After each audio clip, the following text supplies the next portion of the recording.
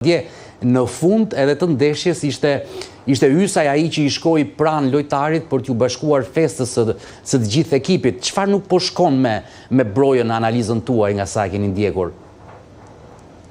Atëre, jo më larg nga sot e kam diskutuar edhe për brojën, pa diskutim sepse pash edhe sjellja normalisht ishte një sjellje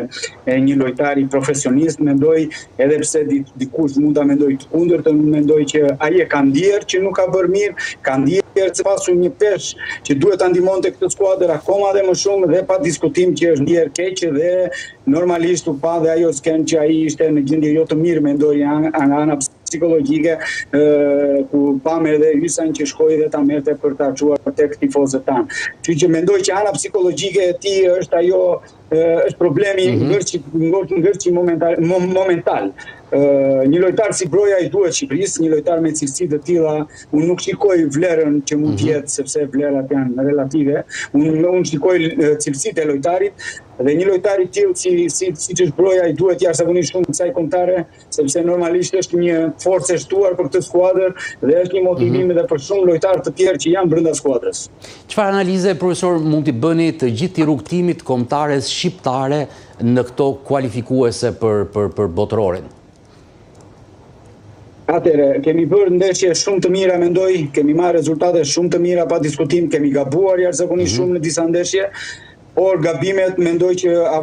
nga ndeshja në ndeshje kanë ardhur duke u zgjidhur. Tashmë jemi një skuadër solide, mendoj, me lojtarë që luajnë në skuadra shumë të mira, dhe pse disa kanë pak minutazh siç edhe ju e theksuat, por janë në skuadra shumë të mira. Pra jemi një nivel tjetër kombëtare, mendoj, ku kërkesa pa diskutim është më se normale, kërkesa pra për të bërë mirë dhe për të arritur një gjë që normalisht në këto momente neve mendojmë që është e arritshme, siç jemi në play-off, është pa diskutueshme që ne mund të shkojmë edhe në botror dhe unë uroj që ne ta kemi këtë mundësi që për herë të parë të bëjmë ëndrrën e të shqiptarëve, jo vetëm të lojtarëve që janë në këtë kombëtare, sepse mendoj që është ëndra e kujdo shqiptari që ta shkojë skuadrën e vet në këtë eveniment kaq të madh siç është kampionati botror. Mendoj që ka pasur një rritje jashtëzakonisht shumë të mirë, janë provuar jashtëzakonisht shumë lojtarë, pra e kanë prekur fushën e lojës në këtë kombëtare dhe kanë veshur panellën e kombëtares shumë lojtarë dhe kjo është gjë shumë e mirë për skuadrën kombëtare edhe për trajnerin pa diskutim, sepse ka më shumë zgjedhje dhe uroj dhe shpresoj që në të ardhmen që lojtarët që do të jenë bazë e skuadrës të kenë më shumë minutazh në këmbët e tyre për ta ndihmuar këtë skuadër të japin maksimumin dhe të marrin maksimumin e mundshëm që të arrihet objektivi i madhor dhe ai që mendoj që gjithë stafi dhe gjithë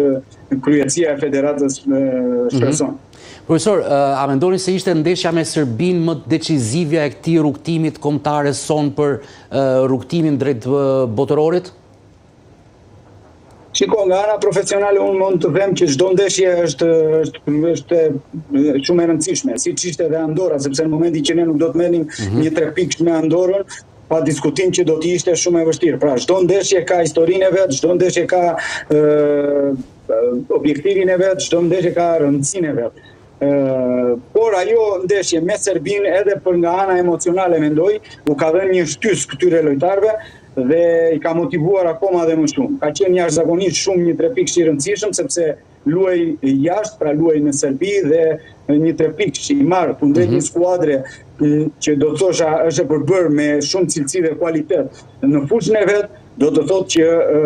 ne jemi rritur si skuadër, ne kemi të gjitha mundësitë për të besuar dhe çdo lojtar që ka luajtur dhe vazhdon të luajë për skuadrën kombëtare ka merituar dhe meriton të jetë pjesë e këtij rrugëtimi dhe këtij evenimenti. E besonit, profesor, që në fillim që në momentin kur Goglat na vunë në short me Anglinë, me Serbinë, se ne si Shqipëri mund të ishim pretendent të vendit të dytë siç edhe e mbyllëm një ditë përpara?